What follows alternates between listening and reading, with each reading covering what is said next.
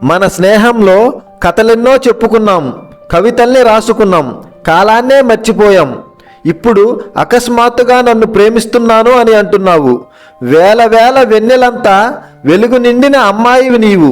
నీ వెన్నెల వెలుగుల్ని నేను ఎలా మోయగలను అని అన్నాను నేను. నీ ప్రేమతో నా చిన్ని గుండె పట్టనంత హాయిని నింపావు. ఎంత ఊపిరి ఊదినా ఈ భారం తగ్గటం లేదు అని అన్నది ఆమె.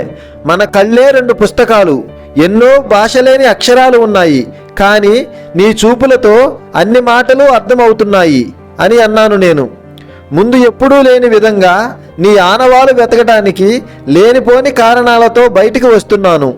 ఎన్నెన్నో మాయలు చేసి కొత్తగా ప్రేమ ఓనమాలు నేర్చుకుంటున్నాను అని అన్నది ఆమె.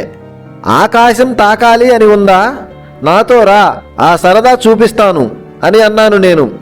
క్షణాల్లో నేలంతా చుట్టేస్తే ఎలా ఉంటుందో అలాంటి ఆనందాన్ని నీ ప్రేమలో నేను పొందుతున్నాను అని అన్నది ఆమె.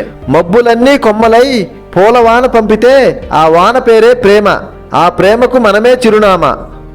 మన మధ్య దూరాలు ఎంతుంటే ఏంటి, మన పాదాలకు రెక్కలు ఉన్నట్టు మన మనసులు ఊసులాడుతూనే ఉంటున్నాయి. బాగుంది కదూ అని అన్నాను నేను. నిరంతరం మన ప్రాణాలు ఊహల్లో ఉంటుంటే మనల్ని ఎలా బంధించినా దారంలా తెంపేసుకుంటాం. మన ప్రేమ ఒక అద్భుతం అని అన్నది ఆమె. ఒకవేళ నింగిలోని చుక్కలు కిందికి వస్తే అవి నిన్ను గాని చూస్తే జాబిలి ఇక్కడే ఉంది అని నీ చుట్టూ చేరి ఇక్కడే ఉండిపోతాయి అని అన్నాను నేను. ఇంక చాలు ఆపు అని అన్నది ఆమె. అలా ఒక ప్రేమ కథ సాగింది.